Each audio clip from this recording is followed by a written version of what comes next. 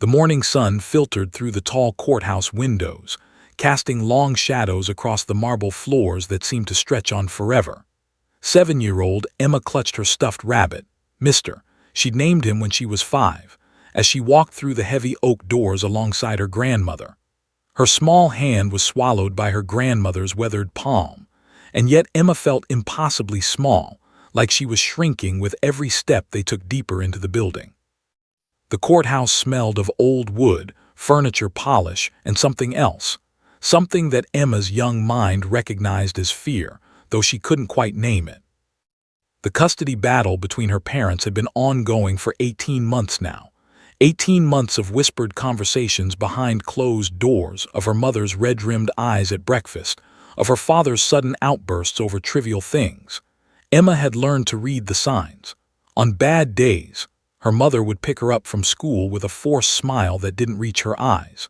On bad days, her father would cancel their weekend visits without explanation. Emma had stopped asking questions.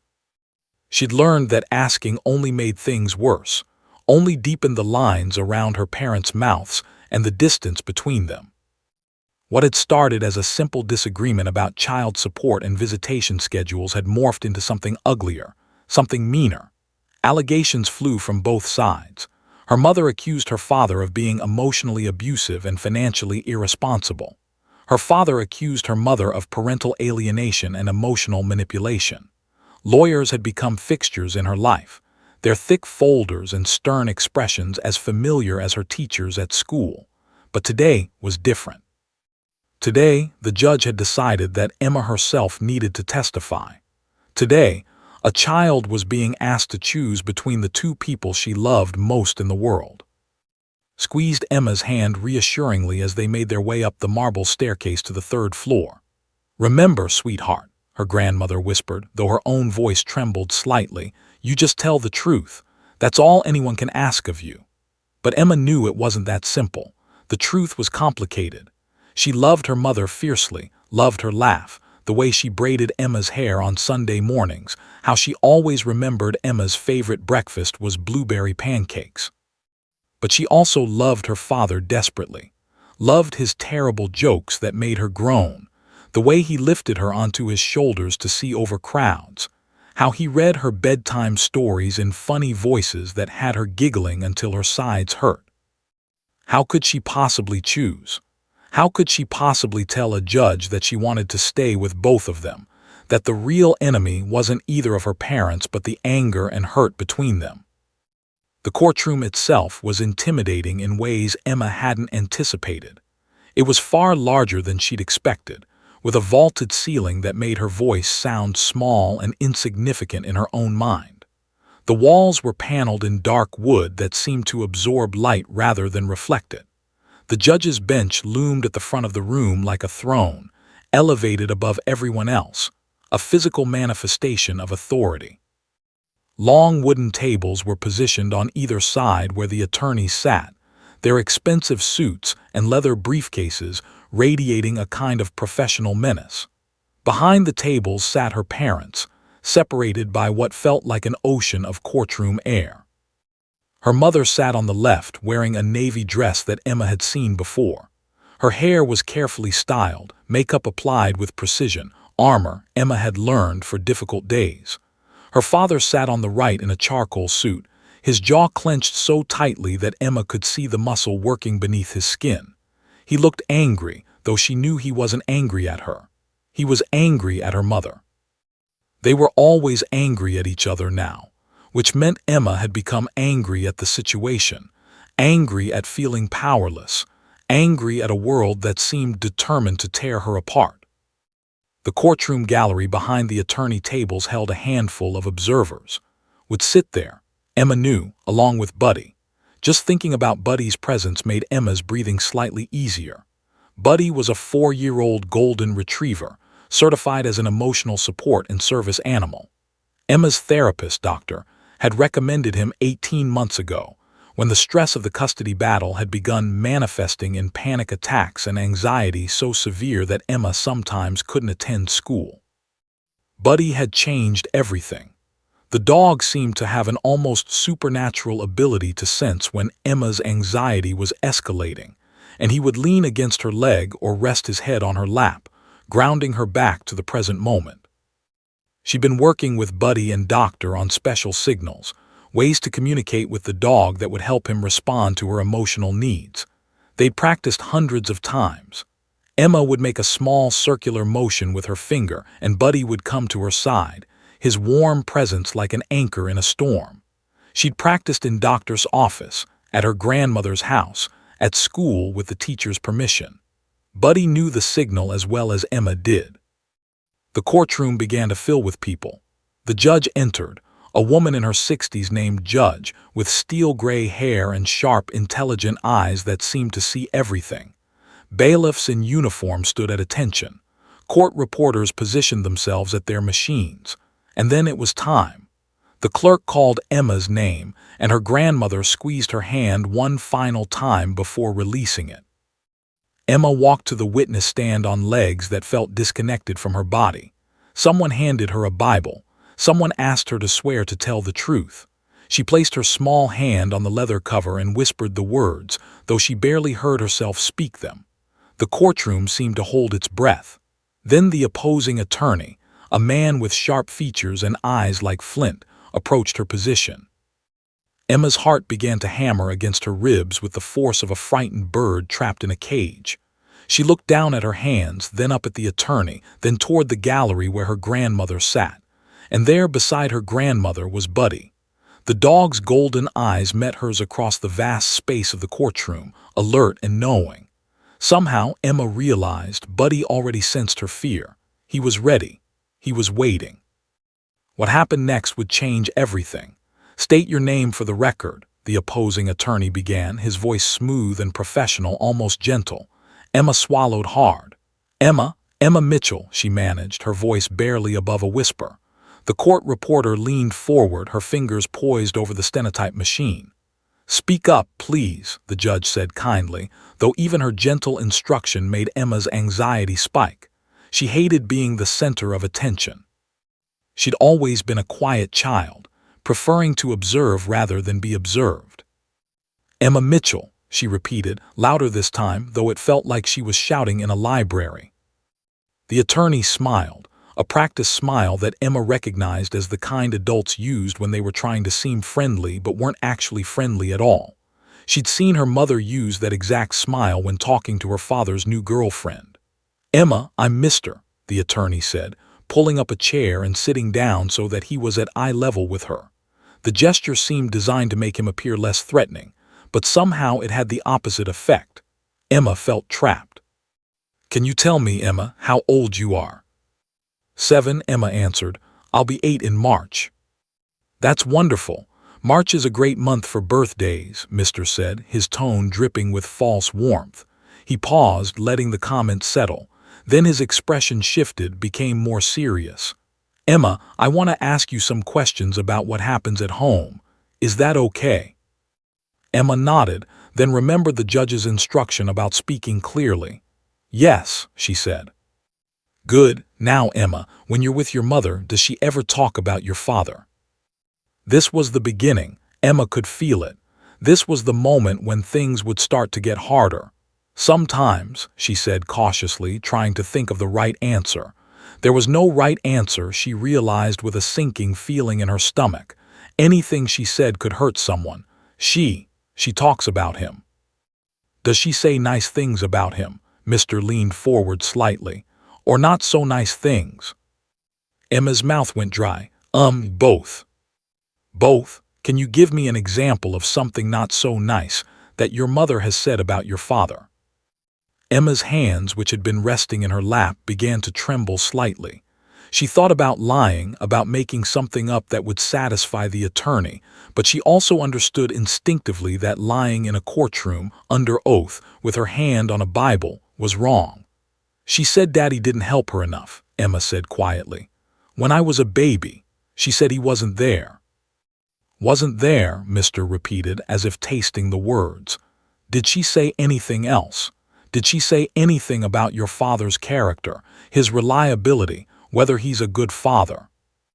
The questions were coming faster now, each one layered with suggestion and implication. Emma's breathing had begun to change, shallower, faster. She noticed it herself, the way her chest suddenly felt tight. "I don't remember exactly," she said, which was the truth. Her mother had said so many things over the past 18 months that Emma sometimes couldn't keep them all straight. "Well, let's try to remember," Mr. said, his tone hardening just slightly, losing its fake friendliness. "Your mother must have said certain things that gave you the impression your father wasn't a good parent. Is that fair to say?"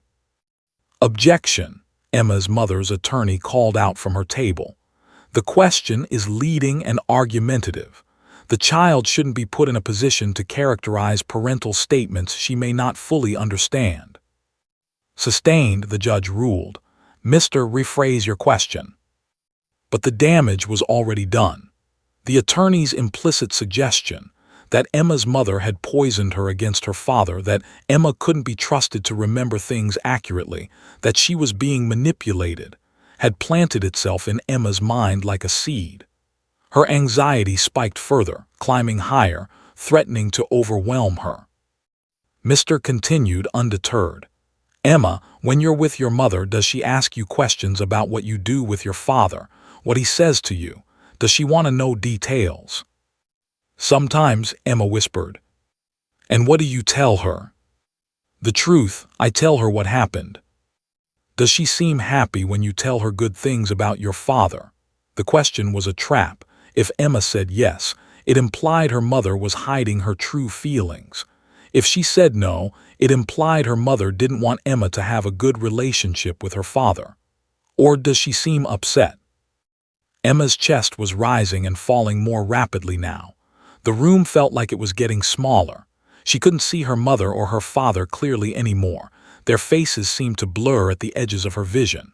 She looked desperately toward the gallery, toward her grandmother, but all she could really see was Buddy. The dog's ears were alert, his posture tense. He knew. He could sense her panic building, could sense that Emma was reaching her breaking point. "Emma," Mr. prompted, "can you answer the question?" "Sometimes she seems sad," Emma managed, her voice now barely audible. "But not because I'm talking about Daddy, because she's sad about them getting divorced." "Ah, but children are very perceptive, aren't they, Emma? Didn't it seem like your mother was sad specifically when you mentioned your father?" The questions kept coming, each one a stone dropped into a still pond, creating ripples of doubt and confusion. Mr. asked about her father's new apartment, whether he'd introduced her to his girlfriend, whether her father had ever said anything negative about her mother. He asked if Emma had ever heard her parents arguing, and when she said yes, he asked for details, specific words which only dredged up the most traumatic memories. Her father's shouting, her mother's crying, the terrible silence that followed their arguments. Emma's hands were shaking visibly now. Her stomach felt like it was folding in on itself. There was a ringing in her ears, a distant sound like wind, and she realized with horror that it was her own heartbeat, pounding so hard that her entire body was vibrating with it.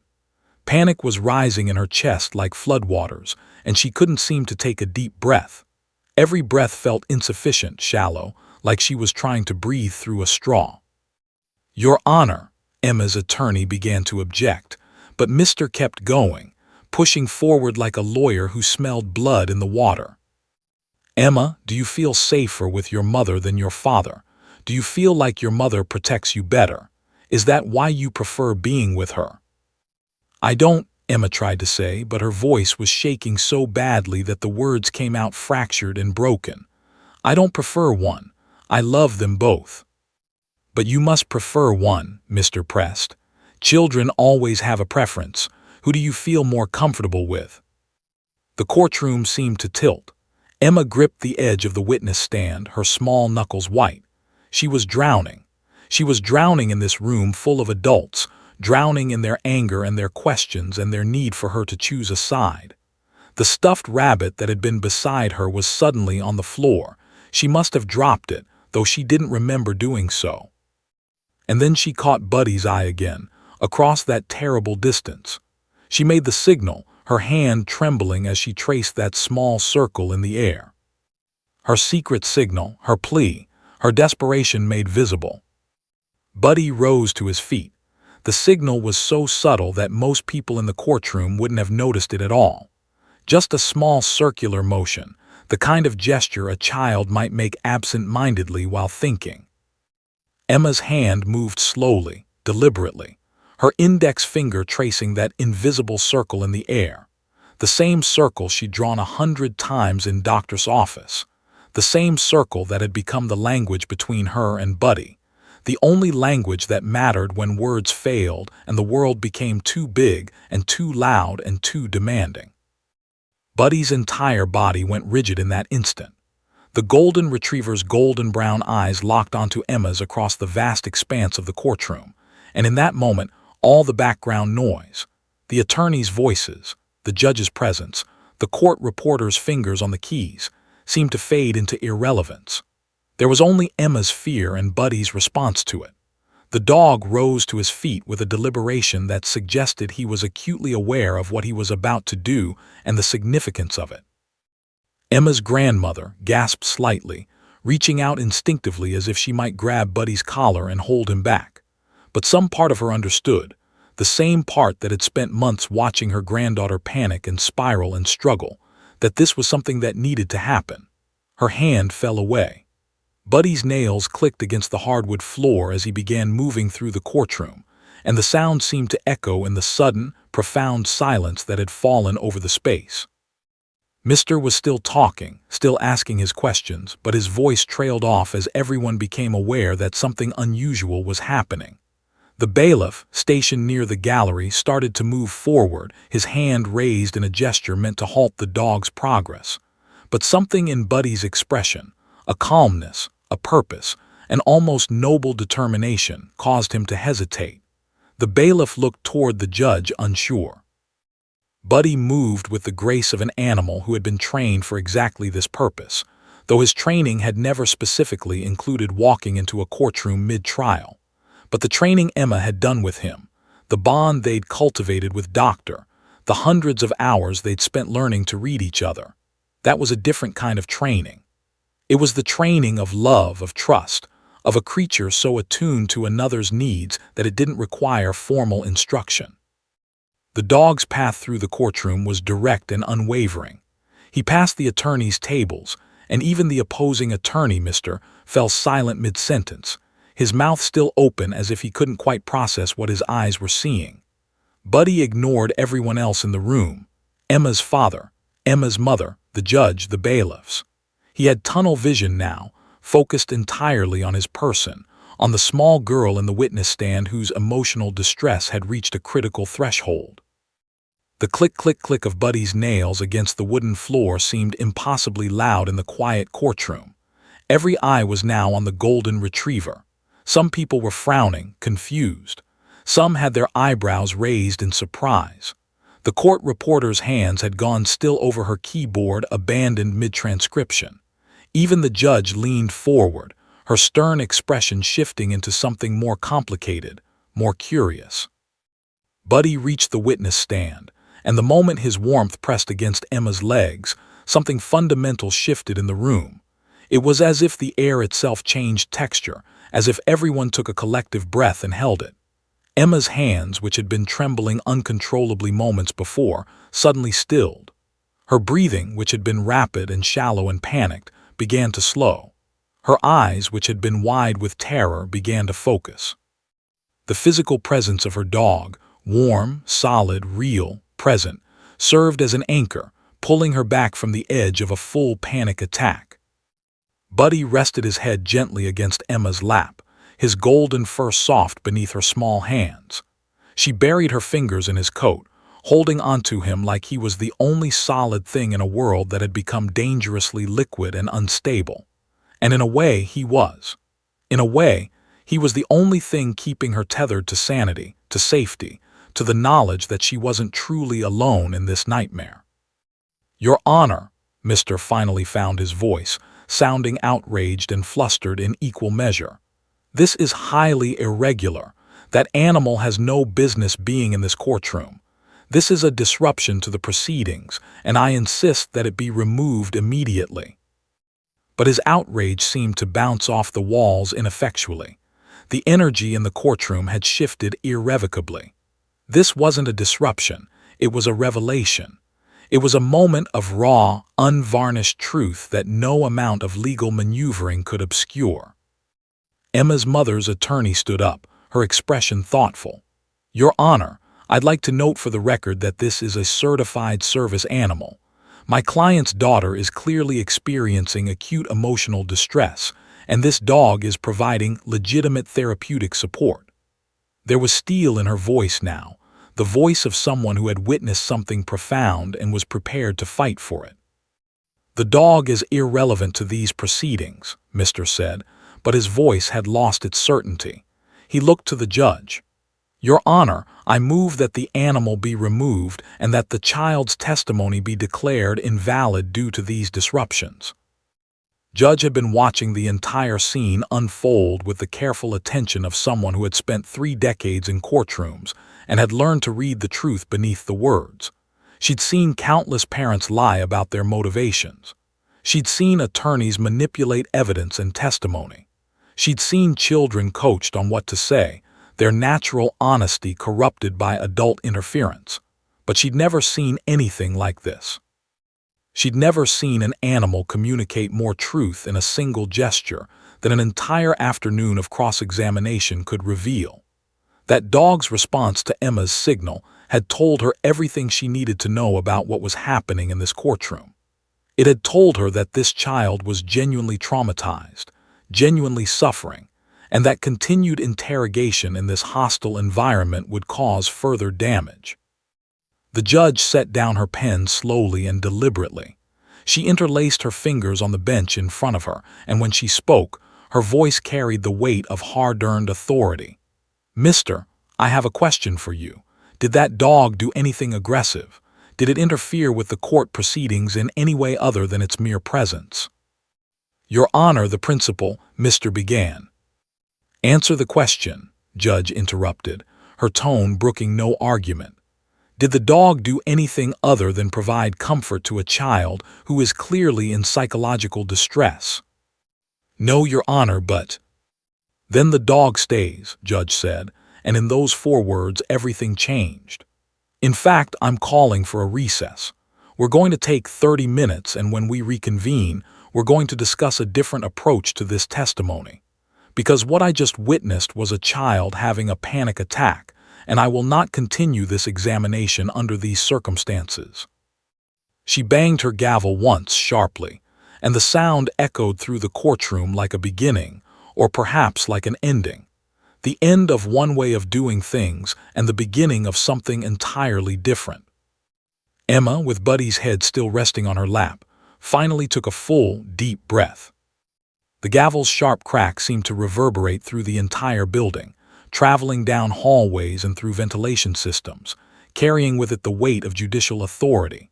For a moment, everyone in the courtroom froze in tableau, a collection of adults caught mid-argument, mid-objection, mid-realization that something fundamental had just shifted. The opposing attorney, Mr., stood with his mouth slightly agape, his carefully constructed case suddenly tilting on its axis. Emma's mother's attorney sat back down in her chair, with a soft exhale of something that might have been relief or vindication or both. The bailiff, who had been hovering uncertainly near the gallery, seemed to deflate slightly.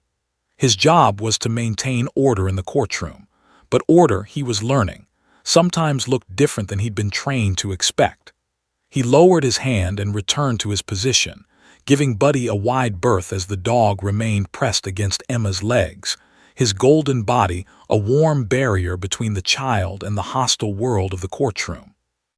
Clutched her purse to her chest, tears streaming silently down her weathered cheeks. She'd been so afraid, so certain that this day would break her granddaughter irreparably.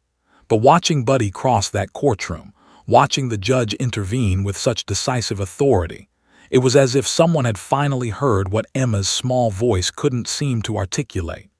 Reached into her purse for a tissue, her hands shaking with emotion.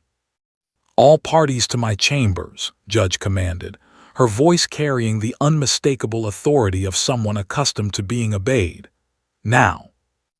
Mr. stood immediately, his expensive suit and polished shoes suddenly seeming less impressive than they had moments before. He gathered his files with jerky, agitated movements, clearly preparing to argue his case. Emma's mother's attorney rose more slowly, her expression thoughtful and composed. She exchanged a quick glance with Emma's mother, a look that seemed to communicate something like, "Trust me, and we're going to be okay."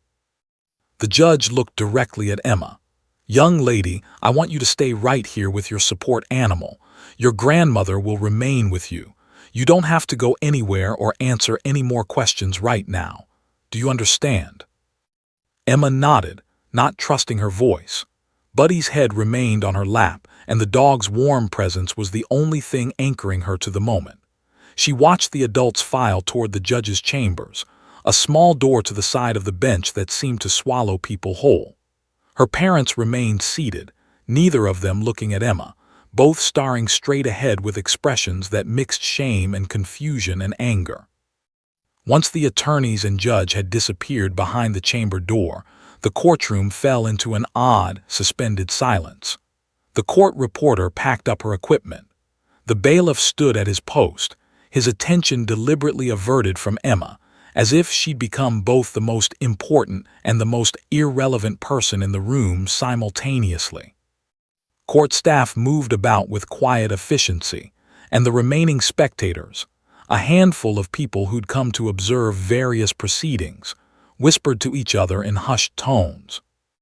Emma could hear fragments of their whispered conversation. "Service dog. Poor child. Custody case going too far." The words washed over her like a tide, and she found herself grateful for her grandmother's presence, even more grateful for Buddy's physical presence. She ran her fingers through Buddy's coat repeatedly, finding a kind of meditation in the repetitive motion, in the texture of his fur, in the steady rhythm of his breathing. Behind the judge's chamber door, a different kind of drama was unfolding. "Your Honor, I must formally object to the disruption caused by that animal," Mr. was saying, his voice clipped and sharp. "The presence of the dog has contaminated the testimony. The child's emotional response is being artificially managed by the animal rather than being traumatized further by your aggressive interrogation."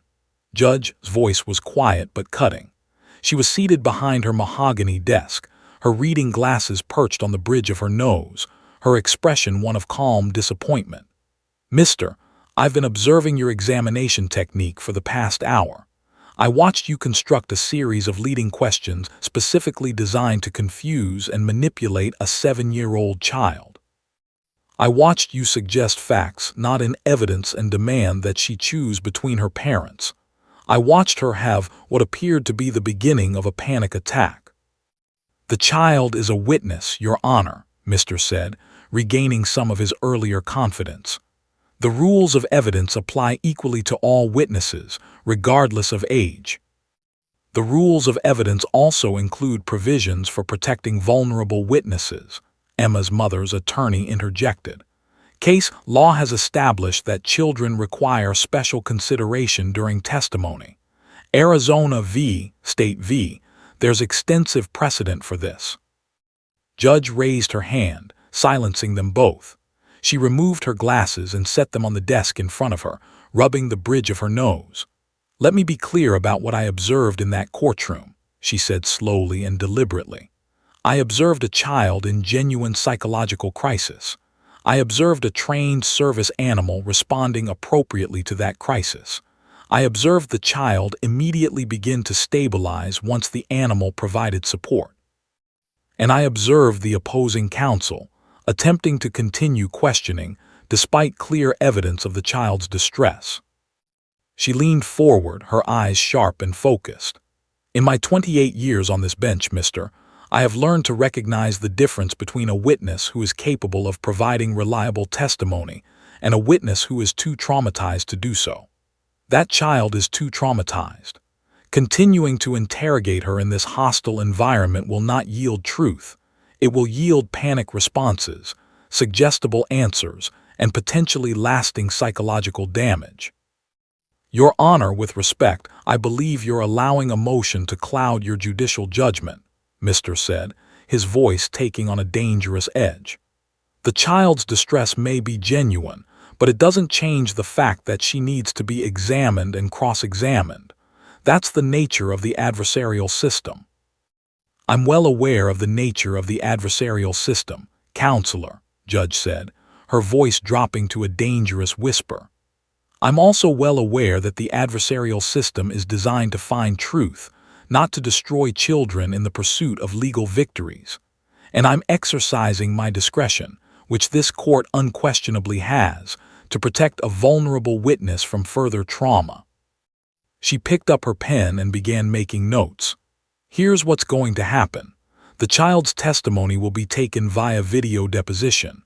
It will be conducted in a comfortable, private environment, doctor's office, if she's available, with the child's therapist present, her service animal present, and with only the child's own attorney asking questions. The opposing counsel can submit written questions to be asked by the therapist, but there will be no confrontational cross-examination in an intimidating courtroom setting. Your Honor, that's highly irregular, Mr. protested. The child needs to be subject to proper cross-examination. The child needs to be protected, Judge corrected sharply. And I have the authority to make accommodations for vulnerable witnesses. If you want to appeal my decision, you're welcome to file a motion, but I can tell you right now that every appellate court in this state will back me up. So the question you need to ask yourself, Mr., is whether you want to spend your client's money appealing this decision, or whether you want to accept it and move forward. Emma's mother's attorney sat perfectly still, a small smile playing at the corners of her mouth. She understood what had just happened. She understood that a judge who had seen the truth of Emma's pain in one moment had fundamentally changed the trajectory of this case. The video deposition will be conducted within 72 hours, Judge continued, as if the matter were already settled, because, in her courtroom, it was. The transcript will be entered into evidence and treated as testimony. Is that clear? There was a long silence. Then Mr. gathered his files with barely controlled anger. Very clear, Your Honor. Behind the heavy oak door of Judge Chambers, the tension was palpable enough to touch. The room itself was a study in judicial authority, floor to ceiling lined with legal volumes, a massive mahogany desk that seemed to anchor the entire space, framed photographs on the walls showing Judge at various professional milestones spanning nearly 3 decades. One photograph in particular caught the eye, a younger, barely into her 40s, standing outside this very courthouse on the day she'd been sworn in. Her expression in that photo was one of idealistic determination, of someone who believed the law could serve justice. Judge settled into her chair and gestured for the attorneys to sit. She removed her reading glasses, the same ones she wore on the bench, and set them carefully on the desktop. Her eyes, when they focused on Mr., held the weight of experience and disappointment in equal measure. Before we proceed with any arguments, I want to state for the record exactly what I observed in that courtroom, she began, her voice measured and deliberate. I observed a child exhibiting clear signs of acute psychological distress. Her breathing became rapid and shallow. Her hands trembled visibly. Her voice became nearly inaudible. These are not behaviors indicative of a child capable of providing reliable testimony. These are behaviors indicative of a child in crisis. Mr. opened his mouth to interject, but the judge held up a single finger, silencing him with a gesture that had become second nature after decades on the bench. I'm not finished, Judge continued. I also observed that the child's distress escalated in direct correlation with the intensity and leading nature of your questioning. Each question you asked was designed not to elicit truth, but to plant suggestions in the child's mind. You asked her if her mother seemed upset when she talked about her father. That's not a factual question, mister. That's a suggestion masquerading as a question. You asked her if she preferred one parent over the other, when the evidence suggests she loves both parents equally and is being forced into a false choice. The judge leaned back in her chair, her fingers steepled beneath her chin. I've been practicing family law for 28 years. I've seen custody battles that were reasonable disagreements between two parents who both loved their children. And I've seen custody battles that became proxy wars for adult anger and adult pain, with the children caught in the crossfire. This case falls squarely into the second category. Your Honor, with respect, Emma's mother's attorney said carefully, the rules of procedure require that all witnesses, including children, be subject to cross-examination. That's a fundamental principle of our adversarial system. You're correct, Judge acknowledged. The rules of procedure do require cross-examination. However, those same rules also recognize that certain witnesses require special protections. Children under 12 fall into that category. Expert witnesses may be allowed to provide opinions without full cross-examination in certain circumstances. Hearsay exceptions exist for statements against interest. The law recognizes nuance, Ms., and that nuance exists specifically because blind adherence to procedure can produce unjust results. She turned her attention directly to Mr. Your client is seeking primary custody of this child. I assume your theory is that the mother is engaged in parental alienation, that she's poisoning the child against the father. Is that accurate?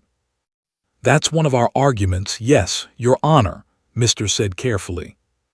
And to prove that theory, you've decided that the best approach is to interrogate a 7-year-old child until she becomes so anxious and traumatized that she can barely speak. You intended to then argue to me that her inability to defend her mother's parenting reflects the mother's actual inadequacy rather than your own aggressive interrogation technique. Am I understanding your strategy correctly? Mr.'s face flushed a deep crimson. Your Honor, that's a... Is it? Judge's voice carried a sharp edge now. Walk me through your questioning strategy then. Explain to me how asking a child whether her mother seems upset when discussing the father is designed to elicit objective facts rather than plant suggestions in her mind.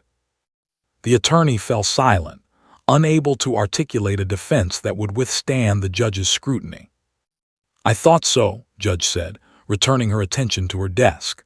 She pulled out a legal pad and began writing, her pen moving across the paper with the authority of someone accustomed to having her words carry consequences. Here's what's going to happen. The child will not testify in open court. Not today, not in any subsequent hearing related to this matter. The trauma she's already experienced in this courtroom is sufficient. Your Honor, Mr. began to protest. I'm invoking my discretionary authority under Arizona Rules of Family Law, Section 4403, which allows for modified examination procedures for vulnerable witnesses. Judge continued as if he hadn't spoken. The child's testimony will be taken via video deposition. It will occur in a private setting, doctor's office, the child's therapist, where the child will feel safe. The child's service animal will be present. The child's therapist will be present. She paused, looking up from her notes. Counsel for both parties will be allowed to submit written questions to be posed by the therapist. The therapist will have discretion to rephrase questions if they're inappropriate or likely to cause undue distress. There will be no confrontational cross-examination. There will be no aggressive interrogation techniques. The video will be recorded and entered into evidence as the child's testimony. This is an abuse of judicial discretion, Mr. said, his voice tight with controlled anger. An appellate court will overturn this decision. Judge smiled sadly, the smile of someone who has been in her position long enough to hear this particular argument many times before. You're welcome to file an appeal, Mr. You're welcome to take this all the way to the Arizona Supreme Court if you wish. But let me tell you what will happen. Every appellate judge who reviews this case will see the same thing I saw in that courtroom today. They will see a child in psychological crisis. They will read about a service animal intervening to prevent a full panic attack. They will examine the transcript of your questioning and conclude that you were engaging in exactly the kind of aggressive, manipulative interrogation that our law is designed to protect children from. She set down her pen and folded her hands on the desk. Moreover, judges across this state, across this country, are increasingly recognizing that traditional courtroom procedures can cause significant harm to children. There's emerging research on the long-term psychological effects of forcing children to testify in adversarial proceedings. You're welcome to challenge my decision, mister, but you're going to lose. And more importantly, while you're pursuing your appeal, the child will have time to recover from today's trauma. Emma's mother's attorney nodded slowly, understanding the wisdom in what the judge was saying. She'd seen this before too, judges recognizing the difference between procedure and justice, between following the letter of the law and honoring its spirit. "When will the deposition be scheduled?" Ms. asked. "Within 72 hours, Judge said. I want this resolved quickly. The sooner we have the child's testimony on record, the sooner we can move toward a resolution. This family has suffered enough." She looked at both attorneys. "I want to be absolutely clear about something. If I discover that either of you is coaching this child, pressuring her, or attempting to influence her testimony in any way, I will hold you in contempt of court. The child's statements will be her own, unfiltered by adult interference. Is that understood?" Both attorneys nodded, though Mistress' nod was stiff and angry. "Good," Judge said. "We're adjourned until the video deposition is complete. That will be all, Doctor's office was nothing like the courtroom. Where the courthouse had been all dark wood and imposing authority, her office was warm and welcoming. Soft beige walls, comfortable furniture, shelves lined with children's books and art supplies. Afternoon sunlight streamed through the windows, casting gentle shadows across the space. In one corner sat a small area designed specifically for children. Cushions on the floor, stuffed animals, a low table with coloring supplies. In another corner stood the video camera on its tripod, positioned at an angle that would capture Emma's face and body without making her feel as though she were being recorded for interrogation. Emma sat on one of Doctor's comfortable couches, Buddy pressed against her side, the dog's golden head resting on her lap exactly as it had in the witness stand. But here, in this safe space, the gesture felt different. Here, it felt like comfort rather than survival. Emma wore her favorite dress, the blue one with the white flowers that her mother had bought for her 7th birthday. Her grandmother had helped her pick it out this morning, understanding that what Emma wore mattered, that small acts of self-determination helped rebuild the sense of agency that had been stripped away by the courtroom experience. "Are you ready, Emma?" Doctor asked gently. The therapist sat in a chair across from Emma, a warm smile on her face, her voice carrying the calm certainty of someone who had guided countless children through difficult moments.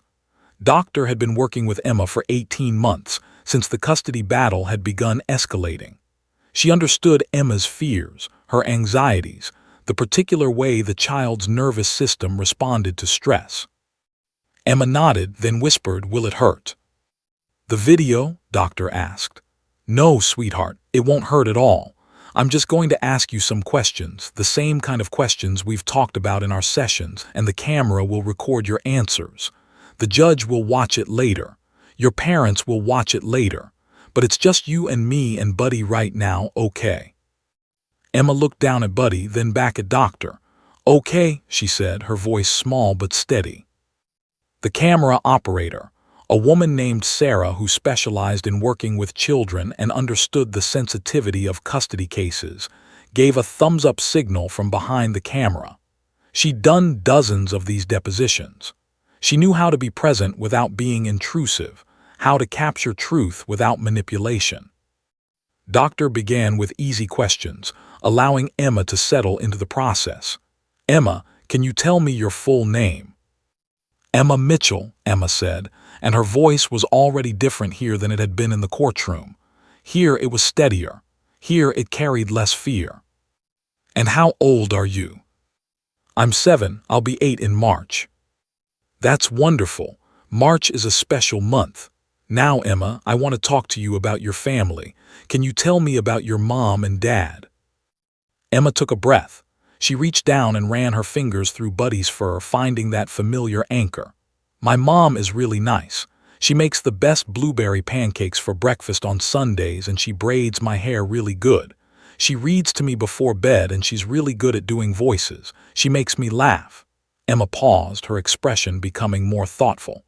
But she cries a lot now, like more than she used to. I think it's because of the divorce. And your dad? Doctor prompted gently. My dad is fun. He tells really bad jokes that make me groan, but I still think they're funny. He lifts me up really high and puts me on his shoulders so I can see things better. He does funny voices when he reads to me too. Emma's eyes grew sadder. But he's been really angry a lot. Not at me, but he yells sometimes. And he gets upset when I talk about my mom. There was no leading in these questions. There was no suggestion, no implication, no attempt to plant ideas in Emma's mind.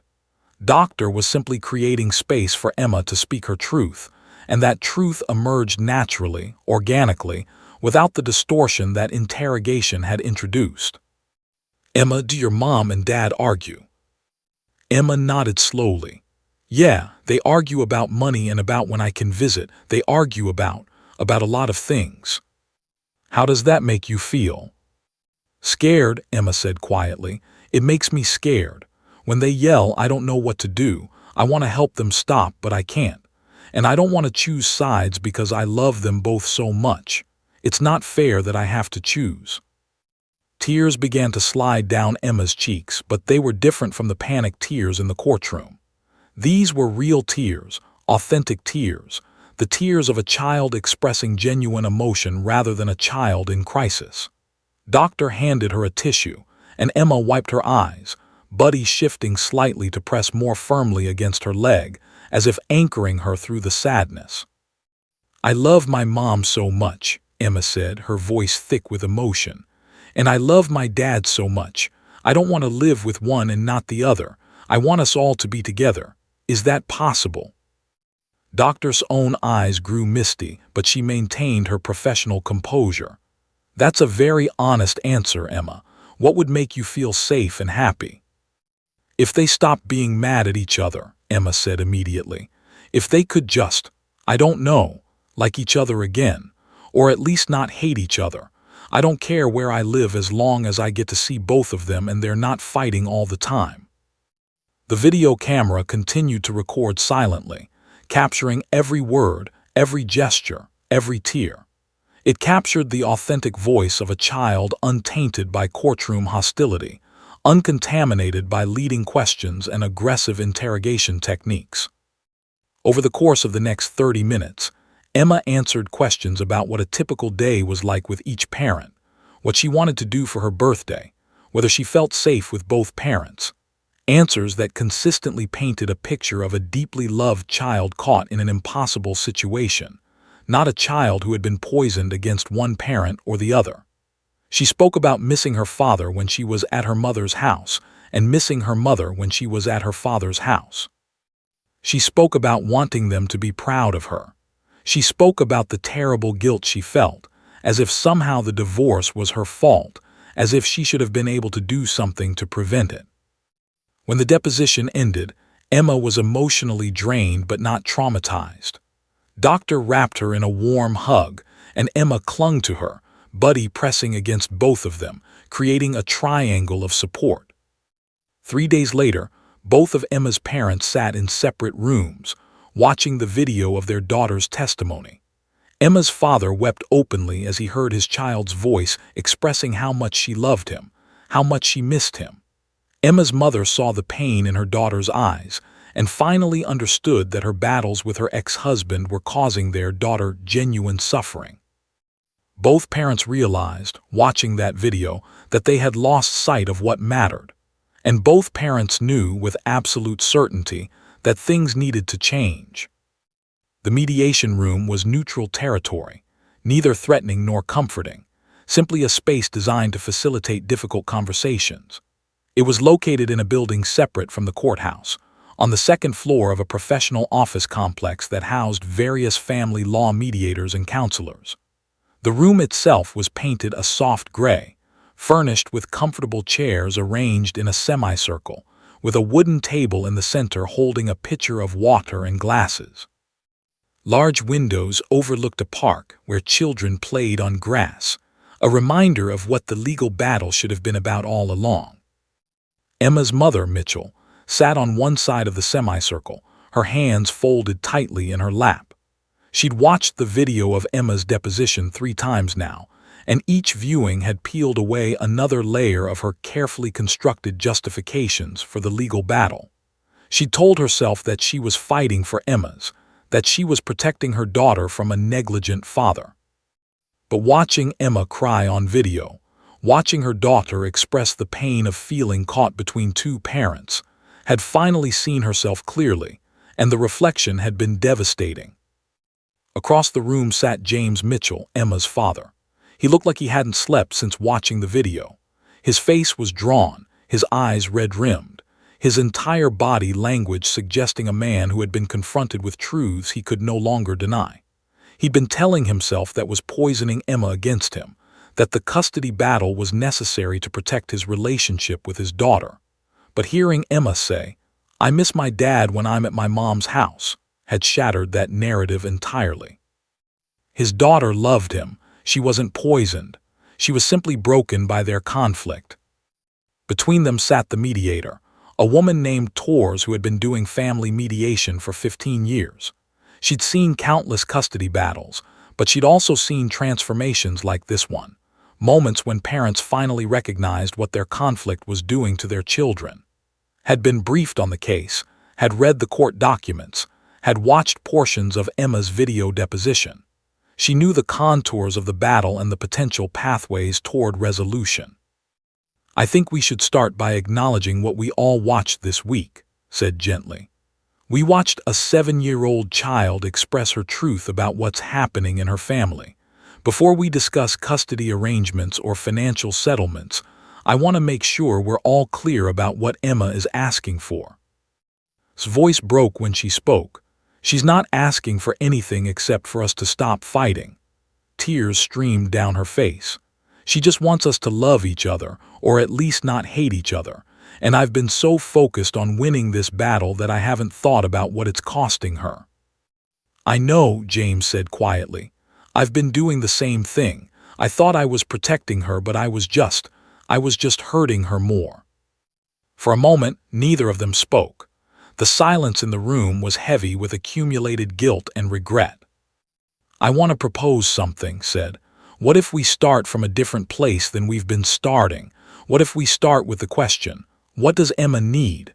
Rather than how can I win custody? Are both of you willing to do that?" And James exchanged a look, not the hostile look they'd exchanged across courtrooms, but something different. A shared recognition of their failure as parents, a shared commitment to doing better. "Yes," said, "absolutely." "Yes," James agreed. "Emma needs both of us. She said that clearly." Nodded, "She did. So let's start there. Emma needs a meaningful relationship with both parents. Emma needs both parents to stop fighting. Emma needs to feel secure and loved. With those principles in mind, what would a custody arrangement look like?" Emma's attorney, the one who had been advocating for her interests throughout this process, leaned forward. "Based on my client's expressed wishes and the recommendations in doctor's report, I would suggest joint custody with roughly equal parenting time. Emma could spend alternating weeks with each parent, or whatever arrangement feels most stable to her. The key is consistency and the absence of conflict." The opposing attorney who had been so aggressive in the courtroom, remained mostly quiet during this portion of the mediation. He'd watched the video too. He'd heard his own client's daughter, through her tears, express the pain his cross-examination had caused. He'd seen Judge's ruling and understood that his aggressive approach had backfired spectacularly. He would advise and guide, but the energy had fundamentally shifted. This was no longer about winning. It was about healing. "I can support that," James said without hesitation. I don't want to take Emma away from her mother. I just want to be part of her life. I want her to know I love her. And I don't want to keep her from you, said. I never did. I was just scared. I was scared that if you had equal time, I'd lose her somehow. You won't lose her, James said, and his voice carried a promise. And I won't try to turn her against you. We're her parents. We share that responsibility. Made notes on her legal pad. What about decision-making authority? Medical decisions, educational decisions, important life decisions. Joint custody, said immediately. We should make those decisions together. We should have to communicate and agree. It won't be easy, James acknowledged, but it's what's best for Emma. Over the next 2 hours, the mediation progressed through various practical details. Child support was discussed and agreed upon. James would pay a monthly amount based on both their incomes, with the understanding that the money was for Emma's benefit, not compensation for either parent.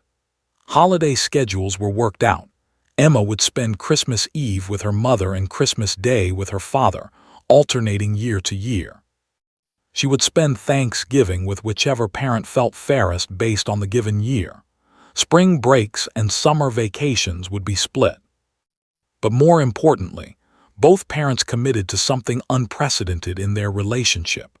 They committed to a co-parenting agreement that required them to attend parenting classes together, to see a family therapist together, and to maintain a level of civility and communication that would allow Emma to feel safe and loved in both homes. One more thing, said as the mediation was winding down. I want you both to understand that this settlement is about more than logistics. It's about a fundamental shift in how you approach your relationship with each other and with Emma. You're not ex-enemies anymore. You're co-parents. That's a relationship that requires respect and boundaries and commitment. I understand, said. She reached across the space between her and James and extended her hand. I'm sorry. I'm sorry for the way I fought this. I'm sorry for the way I spoke about you to Emma. I'm sorry that she had to suffer because of our conflict. James took her hand, and for the first time in years there was something like genuine connection between them. I'm sorry too. I could have handled this differently.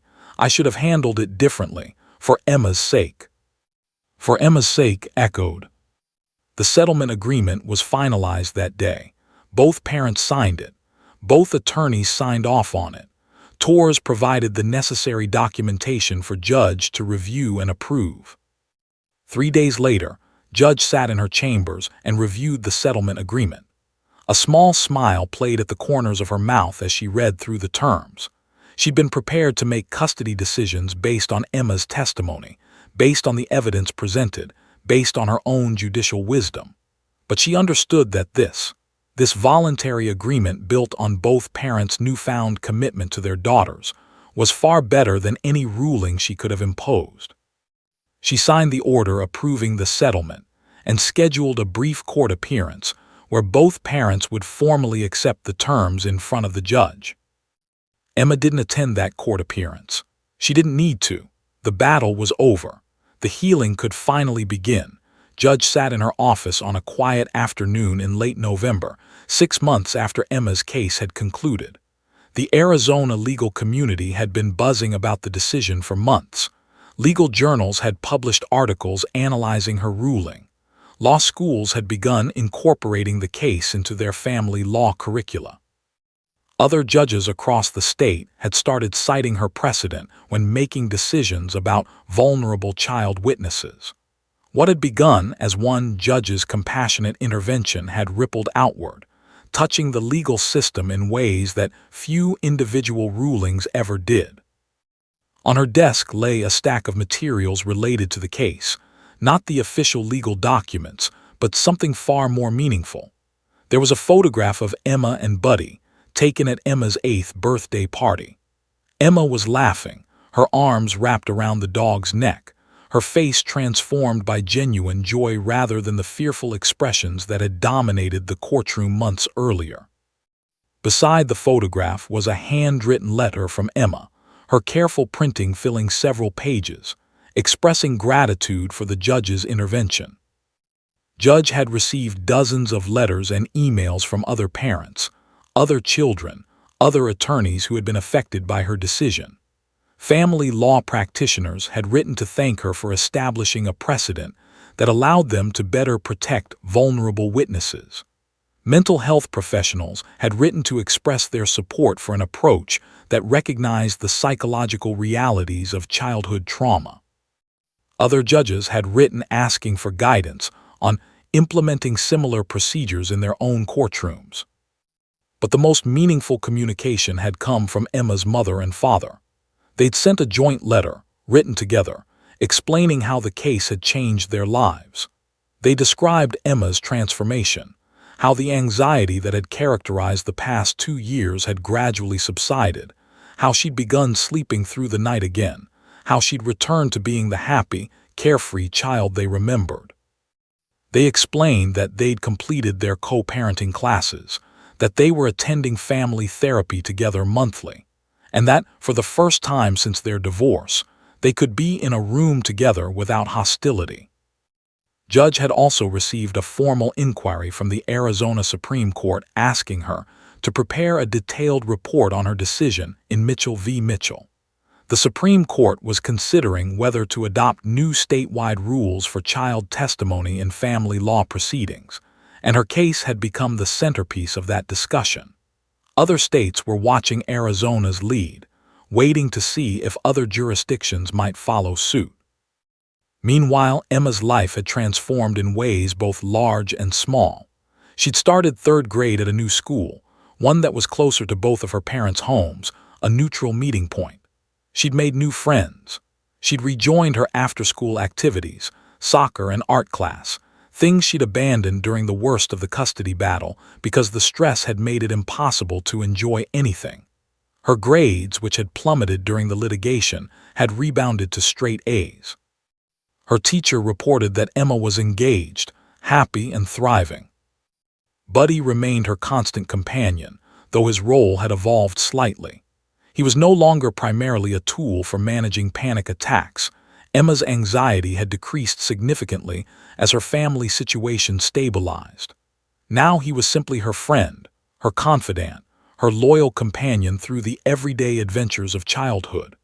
But Emma understood with the wisdom that children sometimes possess that Buddy had saved her in the courtroom. She understood that his simple gesture, crossing that distance, pressing his head against her leg, had changed everything. Dr. Emma's therapist had published an article in a professional psychology journal about the therapeutic benefits of service animals in custody cases. The article had been widely cited and had contributed to a growing body of research suggesting that incorporating service animals into child testimony procedures could reduce trauma and increase the reliability of testimony. Universities had begun offering training programs for service animals, specifically designed to support children through legal proceedings. On a crisp November afternoon, Judge received a phone call from Tors, the mediator who had facilitated the settlement in Emma's case, was calling to let her know about an exciting development. A nonprofit organization focused on child advocacy had contacted, asking whether she and Judge would be willing to partner on a project. The organization wanted to establish a resource center for family law attorneys, judges, and mental health professionals, a center dedicated to developing best practices for protecting vulnerable witnesses in custody cases. They want to call it the Emma Mitchell Center for Child Advocacy, explained over the phone. They're asking if you'd be willing to serve on the advisory board. Judge felt tears prickling her eyes, not tears of sadness, but tears of profound gratitude for the opportunity to help shape the future. Tell them yes, she said. Absolutely yes. Over the next year, the Emma Mitchell Center for Child Advocacy became a reality. It began offering training workshops for judges and attorneys on trauma-informed approaches to child testimony. It developed guidelines for video depositions that would protect vulnerable witnesses while maintaining the integrity of the legal process. It published a comprehensive manual on best practices that was adopted by family courts across Arizona and beyond. News outlets picked up the story, and Emma's case became the subject of magazine articles and even a brief documentary about reforming the family law system to better protect children. Emma herself remained blissfully unaware of the legal revolution her case had sparked. At age 8, she was simply a child living her life, spending 1 week with her mother and 1 week with her father, gradually adjusting to the rhythm of their co-parenting arrangement. There were occasional difficulties, moments of conflict between her parents, misunderstandings about schedules, the inevitable awkwardness of having two homes, but the hostility was gone. The constant tension had been replaced by something far more bearable: the ordinary challenges of maintaining relationships across a divorce. Emma's parents began dating other people, and they handled it with grace and communication. When Emma's father got serious with his girlfriend, and James discussed it together before introducing Emma to the new person in his life. When Emma's mother started seeing someone, James was genuinely happy for her, and the introduction happened naturally, without drama or resentment. Emma watched her parents interact with a kind of cautious respect, and that respect modeled something healthy for her: the idea that you could love someone, even break up with that someone, and still treat them with kindness and dignity. On Emma's 10th birthday, both of her parents attended her party together. They stood on opposite sides of the yard, but they made conversation. They laughed together at a joke Emma told. They presented her with a gift they'd purchased together, a new video camera, because Emma had become interested in filmmaking. The gift felt symbolic in a way that Emma, at 10 years old, was beginning to understand. It represented her parents' commitment to supporting her interests, their willingness to work together, their shared love for their daughter. Buddy, now 10 years old himself, was still Emma's faithful companion. The dog had grayed around the muzzle, moved a bit more slowly, but remained as devoted to Emma as he'd been in that courtroom years earlier. Emma understood, with the clarity that comes with age and experience, that Buddy had been more than just a service animal. He'd been a messenger, communicating through his presence what Emma could not articulate with words: that she was suffering, that she needed help, that the system needed to change.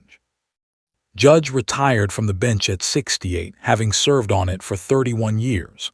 Her retirement dinner was attended by hundreds of people: attorneys, judges, social workers, and countless families whose lives had been positively affected by her decisions. But the moment that stayed with her most vividly was when Emma, now a preteen on the cusp of adolescence, stood up to speak.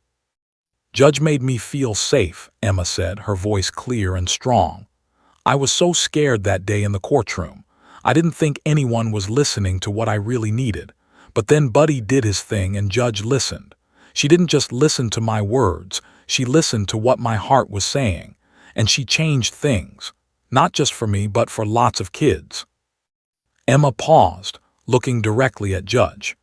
"Thank you for teaching me that sometimes the bravest thing adults can do is protect children, even when it's not what other people expect them to do." Judge, tears streaming down her weathered face, understood that this was her true legacy, not the legal precedents or the policy changes or the articles in law reviews. Her legacy was Emma, a child who had survived a traumatic experience and emerged stronger for it, a child who had learned that there were adults willing to fight for her, a child who would carry forward into her own life the knowledge that compassion and justice could coexist, that protecting the vulnerable was a sacred responsibility. And somewhere in the audience, Buddy, loyal, faithful, healing Buddy, sat at Emma's side, as he always had and always would. The end.